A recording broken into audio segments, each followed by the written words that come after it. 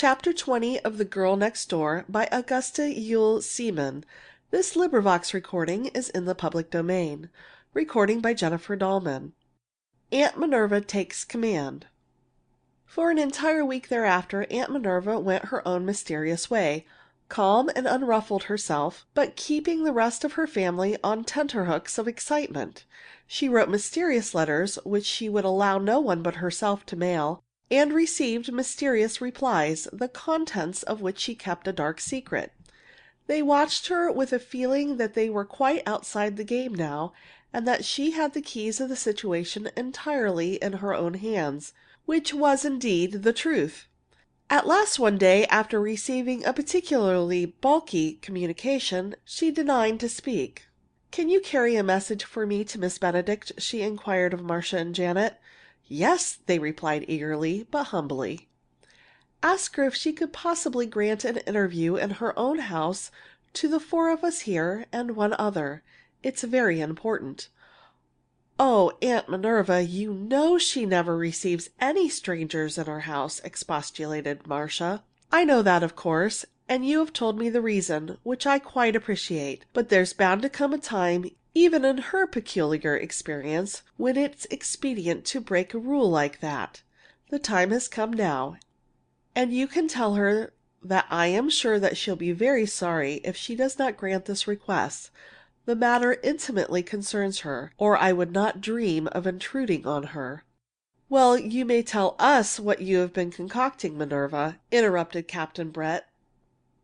"You've kept us in the dark about long enough, haven't you? And if I'm to go there in the procession, I'd like to know a thing or two about where I'm at, instead of sitting around like a dummy. And who is this other one you allude to, anyway?" Miss Minerva laughed at his impatience. "You may well ask, Edwin. I think you must have been about as blind as a bat not to see right along what struck me the very first minute that you told me what the jigsaw things on the bracelet meant. As soon as I heard the word Amoy, the idea jumped right into my mind. About 2 months ago I heard the most wonderful address by a Dr. Atwater, a medical missionary from China, whose headquarters are in the hospital in Amoy, and you can easily see that I thought of him at once when—" "By Jove!" thundered the captain, striking his knee with the fist. "What a jolly goose I've been for not having thought about the missions there at once!" "I should say you were!" commented Miss Minerva caustically. "You and the major together!" "Well, you see I've never come in contact with them much," began the captain apologetically. "Never mind that now," went on Aunt Minerva. "I thought of Dr. Atwater right away. He's been there many years, and he knows something about most everyone in that region, I guess. Anyhow, I decided that I'd get his address. He's in this country on a year's furlough, and write to him about this queer case. And I did, and he answered me." "And were you right?" they all interrupted.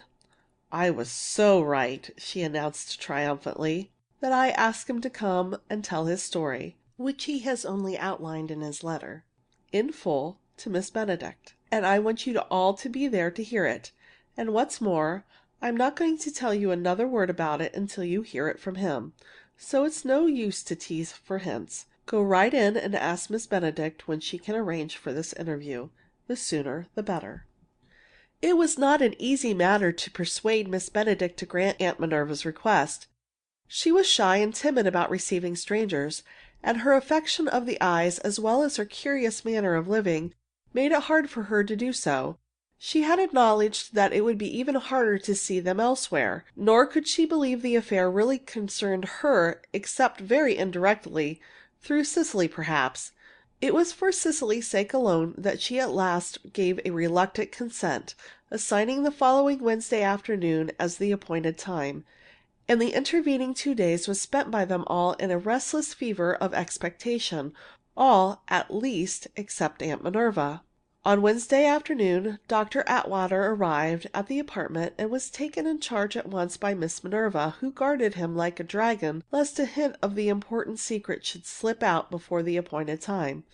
He was a tall, angular man with a gray Vandyke beard, and his face was grave in repose. But he talked brightly and interestingly, and had the jolliest laugh in the world.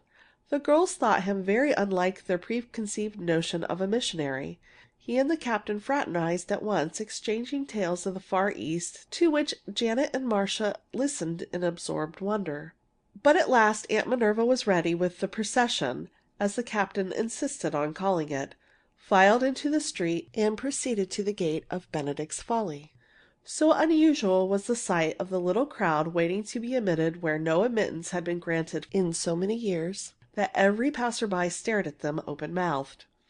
Miss Benedict opened the gate, bonneted and veiled as usual, and Marcia made the introductions as best she could, to which Miss Benedict's replies were murmured so low that no one could hear them. Then she led the way to the house and into a darkened parlor, where they all sat down, with a sensation of heavy constraint. After that, Cecily came in and was presented to Dr. Atwater. He started slightly when he saw her, and looked into her face long and scrutinizingly in the dim light. When Miss Benedict had removed her bonnet and veil, Miss Minerva broke the silence. "Miss Benedict, I have brought Dr. Atwater here because I have discovered that he has something to tell you, something that will be of intense interest to you. I know this may seem incredible, but I can only beg that you will do us the favor to listen." Miss Benedict inclined her head without speaking, and Aunt Minerva continued. "You have heard, I believe, about the curious incident of the bracelets, but I do not know whether you have heard about the translation of the strange characters on them." Miss Benedict murmured that she had not, and Miss Minerva explained it as briefly as she could, then went on. "Dr. Atwater here is a medical missionary from Amoy, and I have found that he not only knew the owner of the bracelets, but has some personal recollection about them that we think will concern you. Will you listen to Dr. Atwater, if you please?" Miss Benedict again bowed in assent, and Dr. Atwater began in an easy conversational tone. "Miss Brett has remarked correctly that I knew the owner of the bracelets, and all about the characters on them, and a good deal of the story connected with them. By sheer chance, or rather perhaps I ought to say by very good reasoning, she has hit on about the only person living now who does know anything about them. Here's the story. A good many years ago in Amoy, I was quite a young doctor then, I was thrown in with a clever young fellow who had recently landed there, having come on a sailing ship from America. He seemed rather at loose ends, so to speak, didn't know the language, didn't have any money, didn't know what to do with himself, didn't have any occupation, and spent most of his time wandering aimlessly about the town. He was a fine, upstanding, straightforward chap. He said his name was Archibald Ferris, but he evidently had something on his mind, for he was gloomy and depressed. It began to worry me for fear he'd drift into trouble if he kept on that way, so I tried to get him interested in my work, and invited him to go around with me on some of my long tours. We didn't have any hospital then, and I had to go about from town to town doing my medical work as I went. He came with me very gladly, and was a good deal of assistance, and we grew to be firm friends. But I realized that there was something he was pining for, and after a long while he confessed to me what it was. He wanted a violin. He adored music, played well, but had lost or parted from his instrument in some way. He didn't explain that just then. Well, a missionary salary isn't magnificent, so I couldn't very well grant his wish out of my own pocket, much as I wanted to. The best I could do was get him in a position in a Chinese tea exporting house in Amoy, where he could earn the money himself. It was better for him to be regularly occupied anyway. After a few months he had saved a sufficient sum, and set off to Shanghai for his coveted treasure. He couldn't wait to get it over from America. After it came he was actually happy, for a while. He was a marvelous musician for his age, I'll admit, and he could hold us spellbound for an entire evening at a time with his bow. The natives adored him and gave him the nickname Chok-gak-a-lang, or Maker of Melodies. Well, he had the musical temperament, and after his violin came he couldn't stay long in the tea house, but got to going about with me again on my tours, always with his precious violin. He was really of the greatest assistance, because his music was almost as good as an anesthetic in many instances, could calm the most excitable fever case I ever came across. It was on one of these tours that he met young Miss Cecily Marlowe at the English mission in Soke. At this point everyone gave a little start of surprise and looked toward Cecily, who alone sat gazing wide-eyed and absorbed at Dr. Atwater. She was a wonderfully beautiful girl, he continued, with a color like English roses in her cheeks. The Chinese called her Flower Maiden, or Hor Lu, but she had recently come to the mission from her home in England. Well, it was a case of love at first sight on both sides, and before many more months Ferris announced to me that he was going back to the position at the tea house and there earn enough money to be able to marry her. But he also told me that Miss Marlowe, while very much in love with him, was still very devoted to her work there, and very earnest about the cause for which she had left her home and come so far to serve. She insisted that, if they married, she must still be allowed to continue in the missionary work. To this he was perfectly willing to assent. So they were married in the English mission in Amoy, and on the wedding day he gave her this pair of bracelets, which he had made after his own design. They were not an expensive gift, but he was poor in worldly goods, and it was the best he could afford. After the honeymoon they built a little home in the island of Ko Long Su, right near the city of Amoy. He went on with his work in the tea house, and she with her teaching in the mission school on the island. It seemed an ideal arrangement, and they were ideally happy for a number of years. He never advanced very far in the tea house, for he loved his music too well, and he had no head for business. But he made enough to keep them comfortably, and more they did not want. Then, about 1898, I think, came a change. To their great joy, a little daughter was born to them. She was a beautiful baby, and for over a year there was no happier home in all China. But one day, when the baby was about a year and a half old, Ferris came to me and told me that he was in trouble and wanted my advice. He began by telling me that the baby seemed to be drooping and that he himself was not feeling quite up to the mark. I looked them both over and found he was right. The climate was too much for them. It is for many foreigners sooner or later. I told him that they ought to go home for a year or so and recuperate. He said he couldn't. Didn't have any home to go to, in fact. Had long ago quarreled violently with his people and would never go back to them. Moreover, he had his wife and baby to consider. He couldn't afford to give up and lose his position. If he did, what were they to do? I suggested that they go to his wife's people in England. He said there was difficulty in that direction, too. She had only a married brother and his wife, and they had not approved of her giving up all her prospects to come to China as a missionary. They heard from them only at long intervals, though recently, to be sure, that they had offered to take care of the little girl if the time came if she needed a change of air. Ferris told me that he and his wife naturally could not bear to consider such a thing, but on the other hand, the baby's welfare must be their first consideration. What should I advise them to do? I considered the matter carefully, and at last told him he'd better accept the offer to care for the baby for a year or so. She, at least, would be provided for, and he and his wife could then take their chances without imperiling her future. To follow this advice nearly broke their hearts. But the next missionaries who went back to England on furlough took the baby with them, and gave her into the care of the brother and his wife. It is needless to say that Cecily Ferris is the same whom we know as Cecily Marlowe. I would recognize her anywhere, for she is the image of her mother.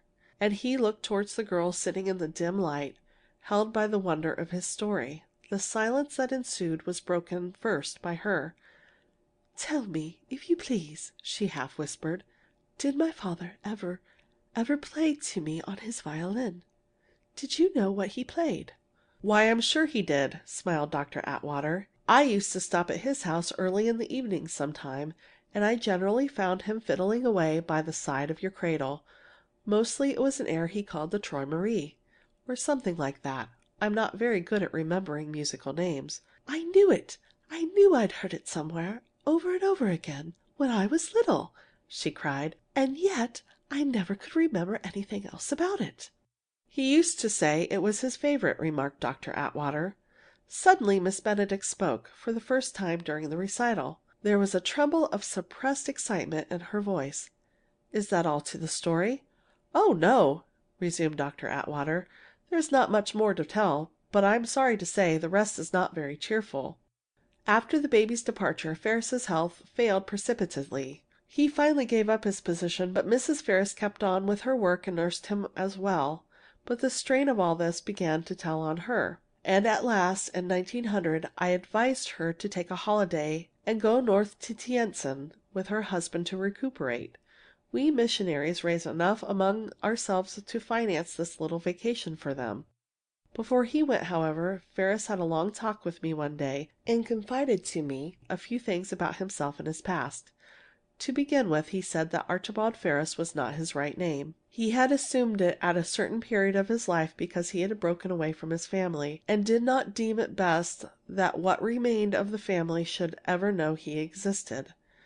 They probably thought him dead. In fact, he was sure that they did. And his return to existence, so far as they were concerned, would simply complicate family affairs. Only his wife knew who the relatives were. He had recently, however, sent word to his wife's brother that should anything ever happen by which Cecily would be left alone, she should be sent to America and placed in the care of this family, whose name he had given them under a seal of secrecy, if the brother and his wife were unable or unwilling to provide for her. He also sent one of the bracelets to England to be given to his little daughter, requesting that she be always allowed to keep it. The mother always wore the other one. He was very much depressed that day, and told me besides that his career had been wrecked in the beginning, that he had dreamed of being a great violinist, but had been thwarted in strange ways.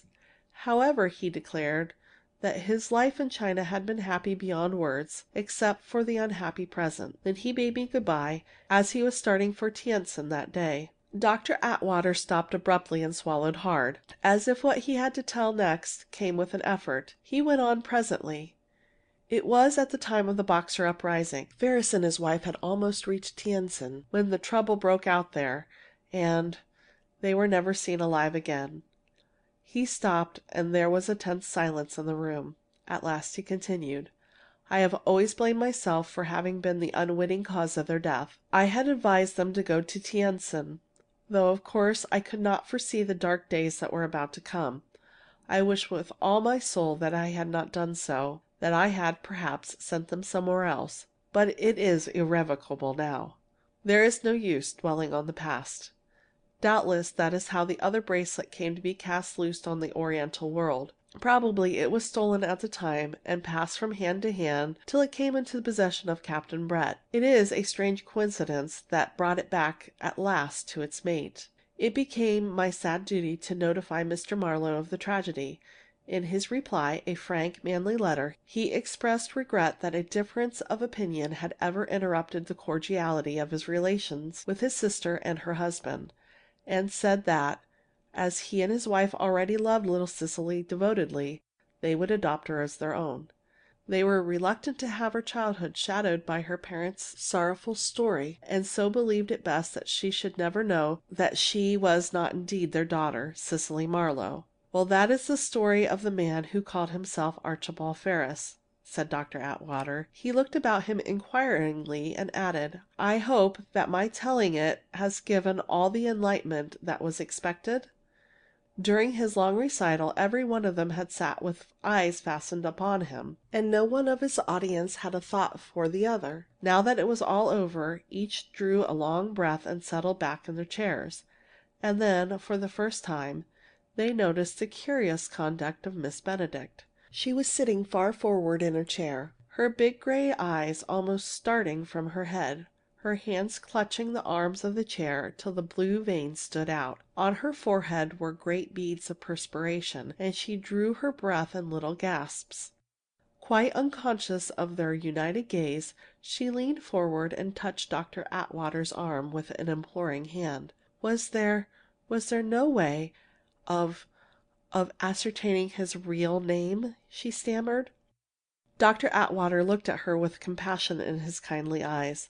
"I know of but one thing that might have served as an identification," he conceded. "When I was giving him the medical examination, I noticed on his left upper arm two small initials surrounded by a tiny row of dots. They were just such a mark as small boys often tattoo themselves with in indelible ink, and of course they are there for life. Doubtless he had so decorated himself with his initials in his boyhood days." "Oh, what were the initials?" interrupted Miss Benedict in a stifled voice. They were S.B., replied Dr. Atwater. With a little choking cry, Miss Benedict buried her face in her hands. "Oh, it can't be possible!" they heard her murmur. Then in an instant she had collected herself and gazed about them all, amazement and incredulity in her lovely eyes. "My friends," she spoke very quietly, "I cannot understand what this means. My brother's name was Sydney Benedict, and I remember when, as a boy, he had tattooed those initials on his left arm, as Dr. Atwater has described them. And he performed wonderfully on the violin, and dreamed only of being a great artist some day. He longed to go abroad and study, but my father would not hear of it. He wished his only son to enter his business and continue it after him. They were both high-tempered, and had many terrible quarrels about it. My sister and I, sided with my father. At last my father threatened to disinherit Sydney if he did not accede to his wishes, and on the following morning, it was his 21st birthday, we found only a note pinned to his pillow, saying he had gone away forever. He had taken with him only his violin. But," and here she hesitated, gazing around inquiringly on the company, "I cannot understand what follows. 2 weeks later we received word from a steamer that had just arrived in Europe from New York that a young man named Sydney Benedict had fallen or jumped overboard one night when they were 2 days out, and his loss was not discovered till the next day. Only his violin remained in the cabin. He was certainly lost at sea. I cannot understand—" She suddenly pressed both of her hands to her head as if it pained her. "Wait a moment!" cried Dr. Atwater. "I believe I can explain that. I should have told it before, but I had quite forgot. There was so much to tell. He did once confide to me, apropos of some little adventure we had had together on one of my trips when I almost lost my life, that he too had once had the narrowest kind of escape from death. He said that on leaving America he had taken a steamer for Europe, hoping to find the means to study there. They hadn't passed Sandy Hook, however, when he became violently seasick and lay in his berth like a log for 24 hours. On the second night it became so stiflingly hot in his cabin that he felt he must get to the deck for air or die. So he struggled out and up on the companionway, somehow, meeting no one, for it was very late. On the deck he had crawled in behind a lifeboat and lay in a rather unprotected outer portion of the deck, so sick that he scarcely knew where he was or how dangerous was the spot he had chosen. All of a sudden the vessel gave an unusually heavy lurch, and before he could clutch for any hold he was catapulted into the sea.